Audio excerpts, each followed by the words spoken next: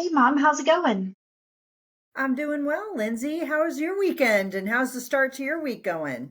It's going good. I had a really fun weekend. It's still quite warm here in South Carolina. It is mid-November at the time we're recording this. So it was a good weekend. It was like 75 and sunny. I feel so lucky to have had that. And we took our new puppy Kona on her first ever boat ride this weekend, and she loved it. So we are excited that we officially have a boat dog in the family.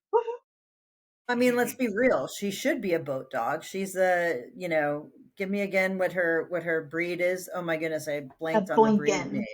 A Yeah. Boinkin. They're the only dogs that have webbed feet for like better swimming.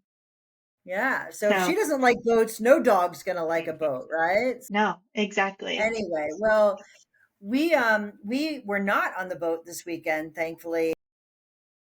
It was beautiful weather and your dad did not flip out that he did not get on the boat because I think we're getting ready to move the boat up to Charleston and he knows that's a big ride coming, but we did not make it. We thought we were going to do it on Saturday, but we did not make it out. So we're a little jealous of Kona that she got to ride and we did not, sadly, you know? Yeah, Exactly. Well, soon enough, I'm sure we'll all be on a boat ride together up here in Charleston. that's right. Something to look forward to. A light at the end of the packing tunnel here. For sure. All For right. sure. Well, I am excited to jump into this week's episode. We have actually another podcaster in our midst. His resume really just stuck out as a great guest to come on Insurance Refocused. Trace, we are so excited to have you on this week's episode. Well, thank you so much, Lindsay, and thank you, Carey, for having me on. This is exciting stuff. Yeah, yeah. So, Trace, I was looking through some of your social media, doing some cyber stalking of you, as I like to do, before we get on an episode, and saw that you actually hosted your own podcast with your son. That's right. It was called Can You Guess It? And it was a podcast where my son Johnny and I would discuss, he was 8 at the time, we would discuss 10 things and try to guess what we were talking about.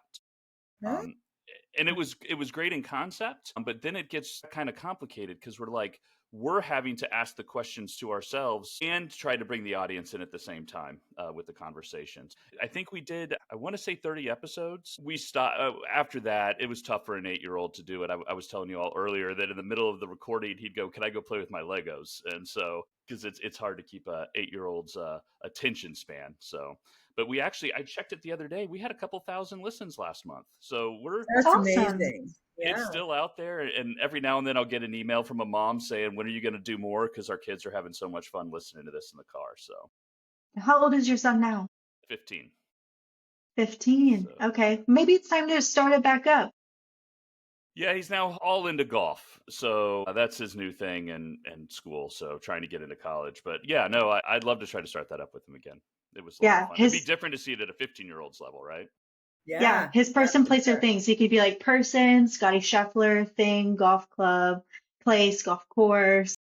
Well, so I don't want to give a lot of it away, but there is some golf mixed in there. But if you do it, we would start giving facts about it, and you'd have to guess Huh? who we were talking about. So, like for instance, there was a field that had animals during the war, and so we'd go hardest to easiest, and we'd try to guess along the way with the audience. Got it. So, yeah. Got it. That's So fun. much So would it be fun. that you or your son had a topic or a person, place, or thing, and the other one was trying to guess what that was? Or did you both know what it was and the audience was guessing? I don't want to give all the secrets away. You're going to need to listen to it, Lindsay. I know, I do. I do. We got to go check it out, right? You End of the absolutely day, have we to. kind of had to know because we reread the script so many times, so we would kind of have an idea. But we tried to start it off with us not knowing, but then we weren't involved in the writing either, so that made it a little tough. No, it was a family affair. My wife would help find topics and facts.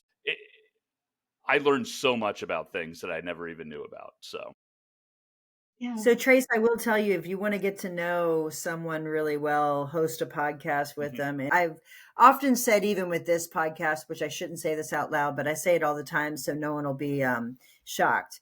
When I first started and thought about doing this podcast, the best part is I get to do it with my daughter. You know what I mean? Like the byproduct is other people actually look to us for information and it helps create a brand, all those good things. But the absolute best part is I was facing a time when my daughter had graduated from college. She had gone to get her master's, she's engaged, she's getting ready to get married. And as a parent, you start thinking about, I have limited time. Like I've got limited holidays. I've got limited times that they're going to be in our house. There's limited times you're going to spend with your kids. And this is a great way to actually expand that time. So I would just tell you at 15, maybe there's another podcast to be done, because it creates this whole different relationship.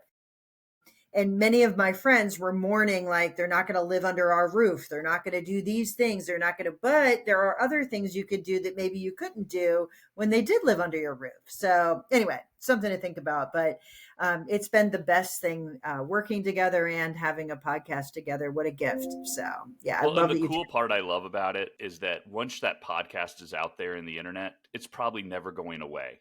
So it'll be a Right. great thing. Your grandkids and your great grandkids will be able to get to hear how you really felt and what you did.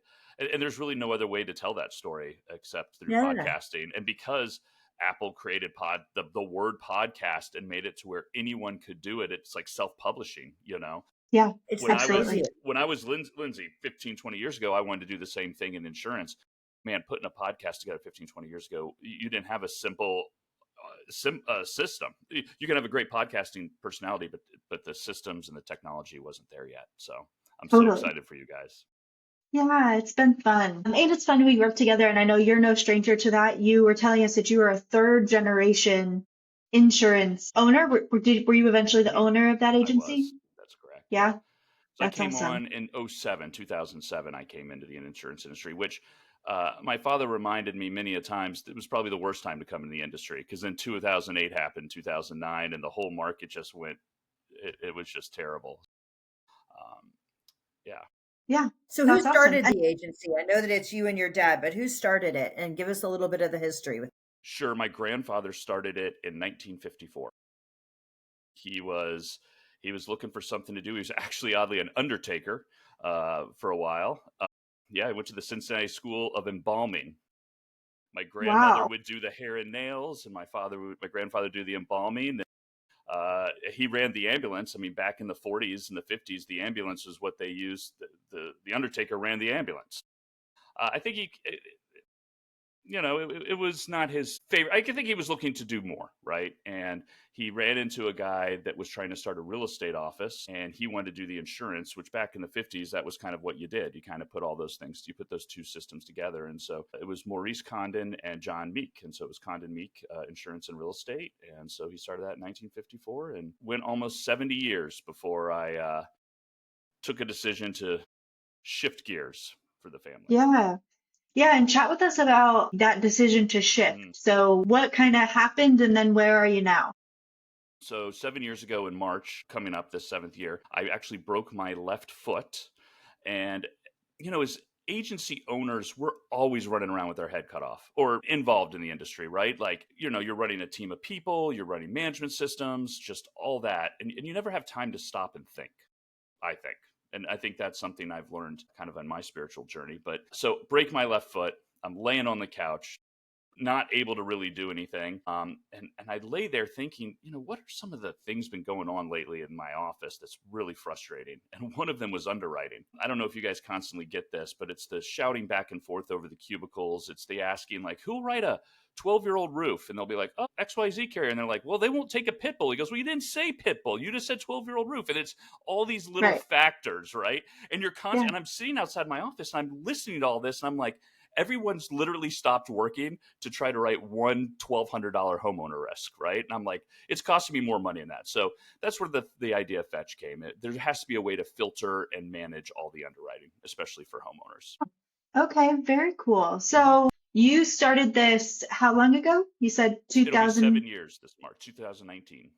Hmm. Okay, yeah. So that was before an LLM, like a large language model existed, right? You were building it like a database? Correct. A filtered Okay. database. And I thought it would be pretty simple. I called up my buddy Josh, who big tech coder. He's my business partner, co-founder of Fetch.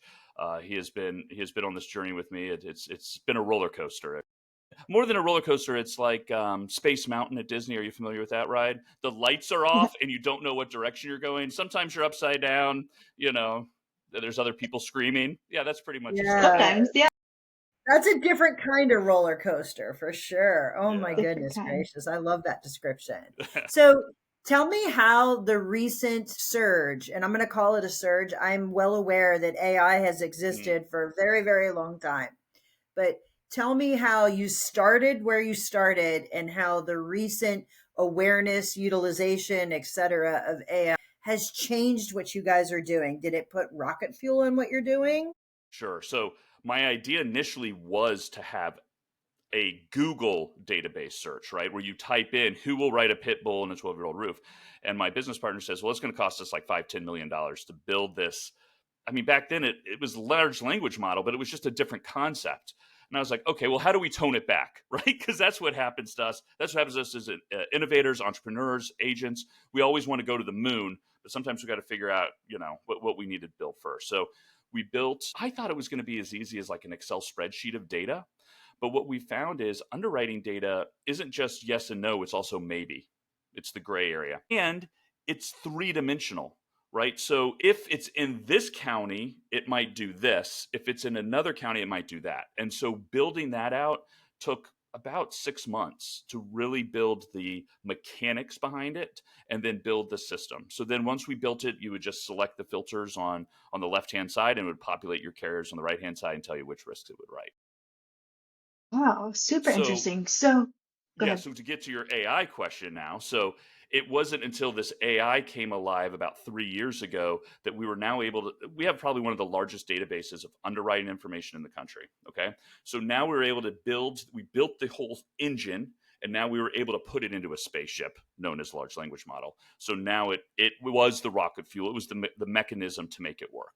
So yeah, so Very we are now using. We actually named it Ellie after my daughter, who was 4 or 5 years old at the time. I was chasing after her, and that's how I broke my foot. That's hilarious. I love it. Ellie is the reason that we now have Ask Fetch, Yes, right? that's correct. So tell me the name, tell me the reason behind the name, and then I have all kinds of questions for you around the tool. But why Ask Fetch? So originally it was just fetching the data, right? It was going out, it was fetching it, and then bringing back, retrieving like a dog. And originally the logo was a dog, but we had a hard time deciding which dog someone would love, right? So you have a water dog, I have pointers. I have two pointers. I have a Brock Frances and a what is it called? My wife's going to kill me because I forgot the name. But anyway, they're both bird dogs. Harvey and Honey are their names. But cute. so it was about fetching it. And then we had a picture of the logo and the dog's holding a tennis ball in its mouth. And my wife looks at it and she goes, it just needs to be the tennis ball. And let the person who sees it imagine their own dog. I Oh, love that's that. super smart. I love that. Yeah. Very I love that. cool. So Love it was it. called Yeah. Fetch. And then Ellie was an internal piece of the AI. And so we named her Ellie after my daughter. Just to answer your question, which dog will people love most? I have an Aussie Doodle, and I'm going to go with the Doodles. The Doodles might be the most loved dog on the planet. That or the Retriever. So you were listen. I'm biased, but you asked, I answered. How about that? I made you go somewhere. So You're this is getting what we your give at conventions. Tennis hi. balls that say Fetch. Love it. Love So I it. I'll love mail you that. guys some I can't wait. Well, I would and love to the have them. for your Yeah. dogs. yeah, and the fetch is like what you guys do, right? You guys are the ones fetching the information. So that makes total sense. I love that. I love Thank you. when like the mechanics behind what you do just matches up perfectly to a marketing piece that's like everyone loves this thing, right? Who doesn't like playing fetch with their dog? Like, Well, and it's perfect. fun when you have. So we do a pyramid of tennis balls that's like 2-3 feet high. Um, People will come by the convention hall, when we do this stuff, and we'll give them a tennis ball, and they'll hold it, they'll throw it up in the air, and they'll bounce it, and they'll talk to us. It's just so funny how they interact with the ball. Just like Hmm. it's fun, right? And that's what I wanted to bring to this industry was a fun company because there's so many boring things in insurance. There are. Amen. Amen. That's so funny. Yes. Yes. So, Trace, there are obviously agencies. I've heard agencies before who try to build something like this themselves. right? But there's only so deep as an agency you can go. So tell us a bit about how do agencies utilize this in their everyday life, and what is it like? Tell us a little bit difference between something an agency might be able to build versus what you guys have been able to build. Sure, let's start there because there's really four ways an agent underwrites a risk, right? They build a three-ring binder and they print them out as they so find, right? So the carrier might let you know they have a new QRG, a new reference guide, whatever. They print it and put it in the three-ring binder. That's where we were at our office at one time. Then the agent tries to build an Excel spreadsheet, and this Excel spreadsheet just becomes this ginormous, overwhelming piece of data that's hard to maintain. Then there's the fun one, which is you email your underwriter and you just sit Every waiting time. for hitting refresh on your email, waiting to hear back that answer, or just picking up the phone and calling. And if you like on hold elevator music for 15 minutes or whenever you think you're going to get that answer for one carrier, right? This is just those last two is just one piece. Then you have to do it multiple times if you have multiple carriers to underwrite. So that's where Fetch solves that issue, especially with Ellie now. So now you can just ask Ellie. You can ask her up to 5 carriers at one time. We hope to make that more, but you can choose your 5 carriers and you say, who will write a 1954 home with a solar panel roof on a 12-year-old shingle with a trampoline? And she'll spit all that information out faster than you can dial a phone to an underwriter. Interesting. So it doesn't have, and you have all the carriers in there. So any carrier you can think of is in your database. Is that correct? We're always adding carriers for sure. Yeah. We're just expanding into other states right now. We were mainly in Florida. I don't know if you guys know, but Florida has like 30 homeowner carriers, so it was a beast, and that's where my agency was, and that's where my frustration was. That's where I had the relationships. That's where we built. So now we're slowly moving into other states and getting it out there for agents to use for that. Gotcha. It as an agent, I didn't do a 3-year contract. I didn't make it expensive. $25 a month per user. Like, That's where I was going. Like, how much does this cost? And what if someone lives in a state where there's a lot of ENS? Will it also, like, are there brokers in there, or is this just carrier specific at the moment? we're carrier specific at this moment. If you talk to some of those ENS carriers, they're like, oh, we'll write anything. Do you have any? Well, we have some underwriting restrictions. Okay, can you give me the underwriting restrictions? No, those are proprietary. I'm like, okay, so do you want us to help you or not? So they just want to send that data. But if there's a carrier not there, we have a lot of agents all over the country, and a lot of them are really good. If they have a new carrier come to the market or something, they send over the quick reference guides. We train Ellie on that new data, and then it's up and going. It could be a Almost like day, it could be a crowdsourcing, week. right? Yeah, Like, 100%. yeah, it's very cool. I will tell you though, the nature of our industry is both a blessing and a curse, because the fact that we have choices and the fact that we represent multiple carriers or have different avenues on which to solve our clients' needs creates this challenge. But tools like this level the playing field in a pretty significant way. But me even asking that question, I mean, I kind of knew the answer to the question, but I wanted to see how you guys are handling it. Just shows the complexity of our industry, but also is creating this thing that creates the challenge for all of us, making it simplified so agents are able to operate better and faster, quicker, meeting their clients' needs in a pretty significant way, which I think is the future. Like, if we're not figuring out ways to do this, our blessing becomes only the curse, and therefore we're not able to respond. So hats off to you for taking something that is massive and trying to simplify it and make it the blessing that it really is. So it's not an easy feat by any stretch of the imagination. Well, and we do think of the insured first. Yeah. And we want a great experience for the insured, the consumer, when they call the agent. And so we want to provide the tool for the agent to have that creates that great experience. Because that's the beauty of what we are doing here. But that whole situation that there's multiple choices creates friction, slows everything down, and the average customer doesn't know, care, or even think about the fact that there's friction in the process. You know what I mean? Like, that's to me the biggest challenge in our industry. Is it's really not the customer's problem or fault or concern that there's a lot of friction. You know They what I just want to mean? know how you can get back to them faster. 100%. And why wouldn't they? I walk in my kitchen and ask a question and the thing just answers me. So why in the world can you not do the same thing with my coverage? Like, what's the deal? Right? I mean, if we're So being real. I got some interesting stats for you.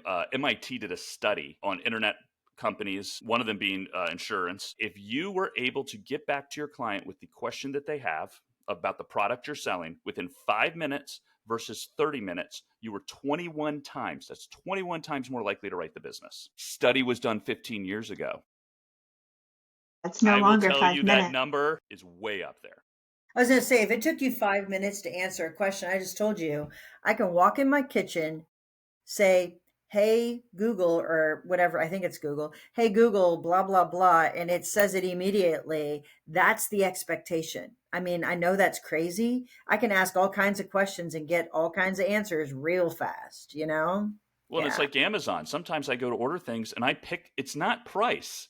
And I think that's where we as agents sometimes get stuck in, is that it's about the price. Sometimes it's about the speed, right? And it is. Amazon, sometimes I'm willing to spend a couple bucks to have it delivered today, Absolutely. then 2 days Yeah. from now. Or I'll choose the product that I know I can get it in the time that I need it. Hmm. There's plenty of options out there, but I'll choose the one that'll get to me at the time that I need it to be, which I mean, I don't know about you, Trace, but I live on an island. If I would have thought that 15 years ago that I could get anything same day and I live on an island, that's insane, That's right? awesome. Like that's nuts, right? So, And now yeah. Amazon even has like the extra feature where if you already have an order coming to you, you can add things to your order. That's It's that's dangerous. that's So so dangerous. dangerous. One click and I like just did boom, it I'll this have morning. this.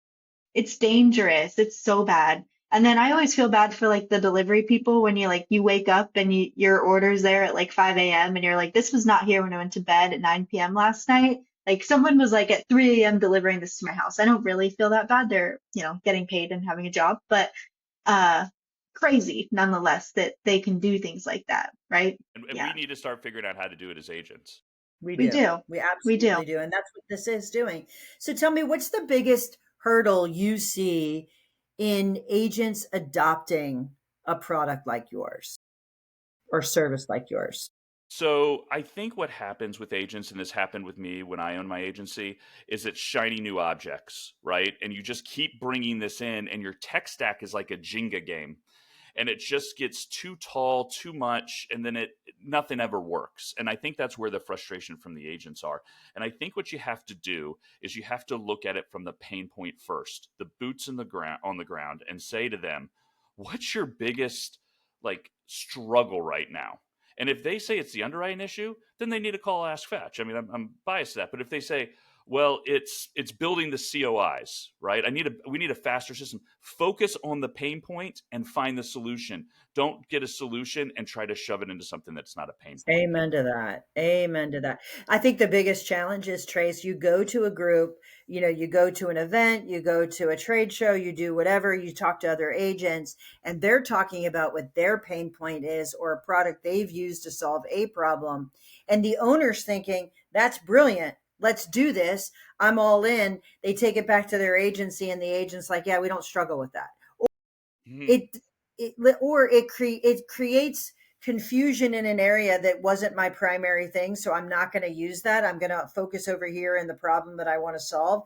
As agency owners, you don't do all of those roles all the time, and you got to know what is actually the thing that you're trying to solve, or what do your people need you to solve for them, versus what is some other agent that is raving about it, which, oh, by the way, they could be completely different makeup than you. They can do a completely different focus than you, because not all agencies are the same. If I've learned anything from the work that I do, not all agencies are the same, and it is not a one size fits all by any stretch of the imagination. So, yeah, They're like um, fingerprints, right? They're all different. Yeah, definitely. exactly. And so, are you running the agency while you're running Ask Fetch, or no? So I sold a couple years ago. I sold the agency. I came to a crossroads where Fetch needed me more.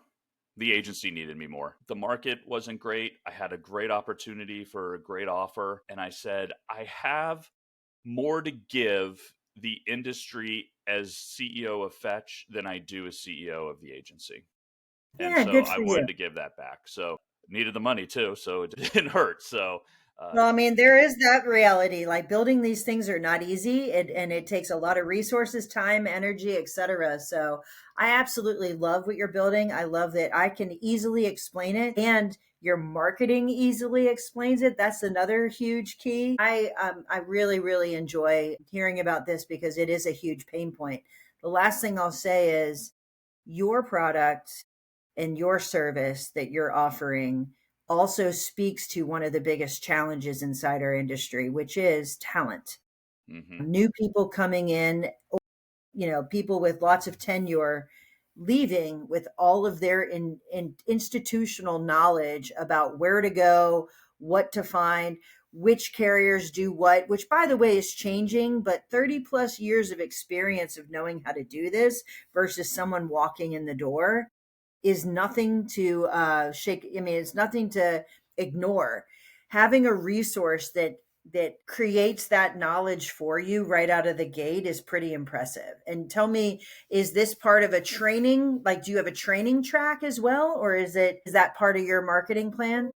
So the whole idea behind it is to make the learning curve so minimal. It needs to be easy. And I'll tell you, if there's simplicity on the surface, there's complexity under it. And so that's what we do.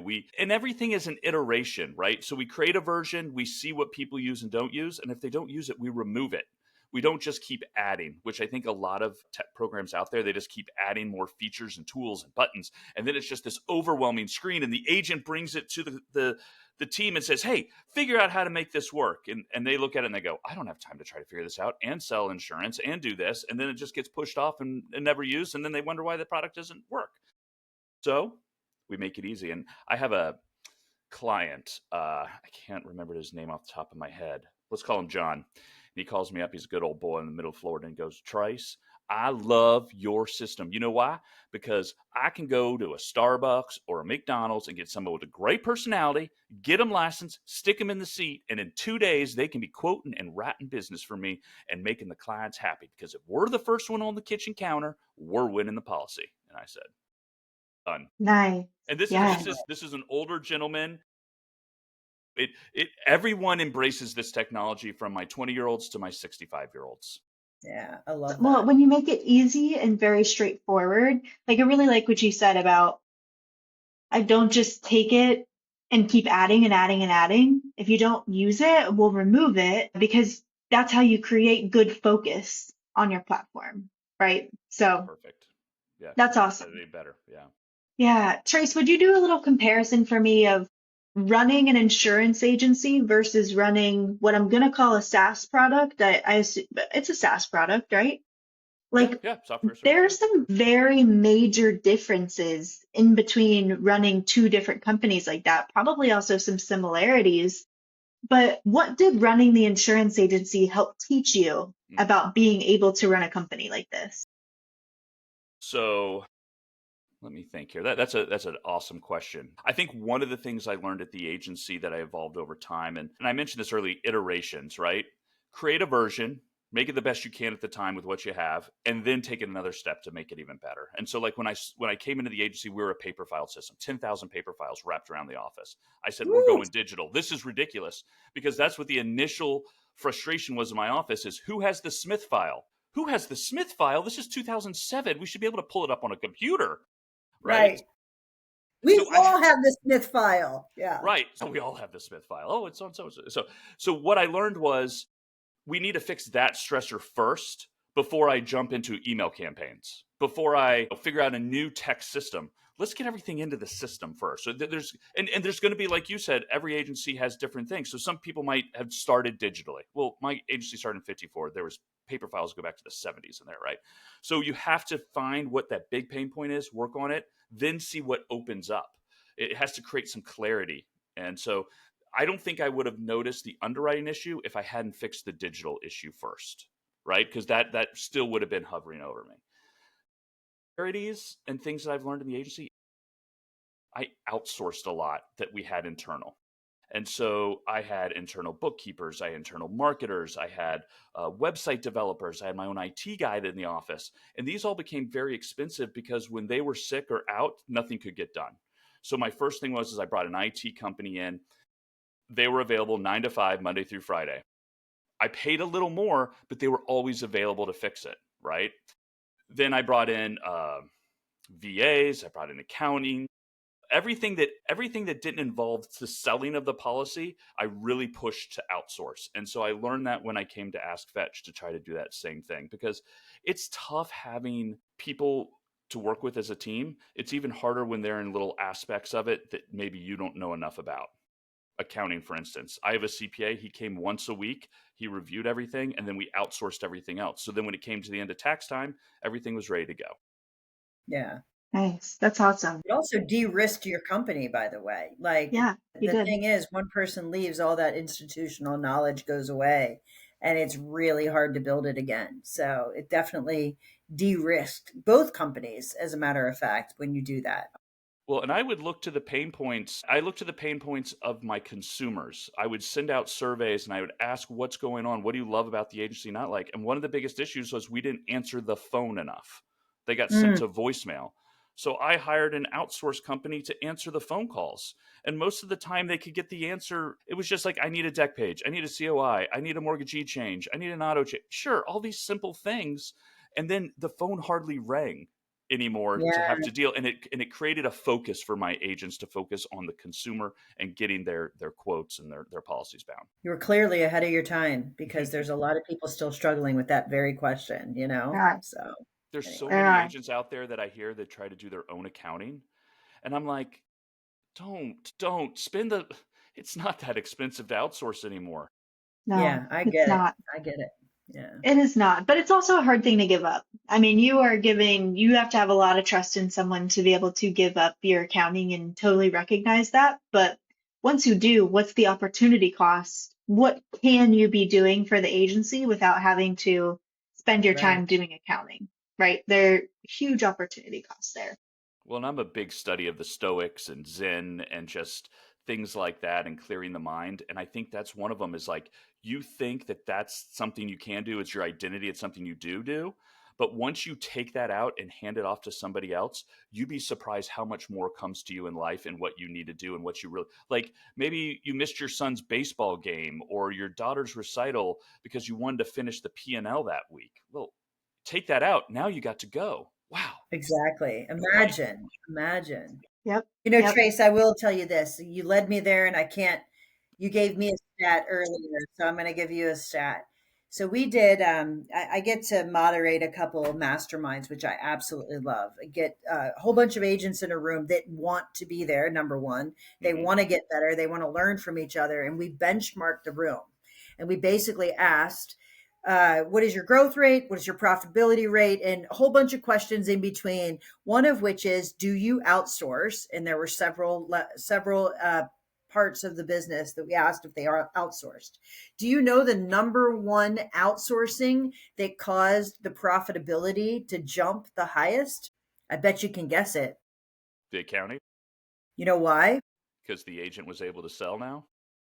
Well, guess who does the accounting? The most expensive person and the most valuable in many cases was being done by the owner. When you took that brain power and you allowed them to look at, how do I set the vision of the agency? How do I do different? How do I focus on creating, referral partners, or creating carrier relationships, or creating network relationships, whatever it is, they were so much more impactful doing something A, they're good at, B, had way much more impact, and it showed up in the bottom line, which is crazy. So I I couldn't believe it agree with you more. 100%.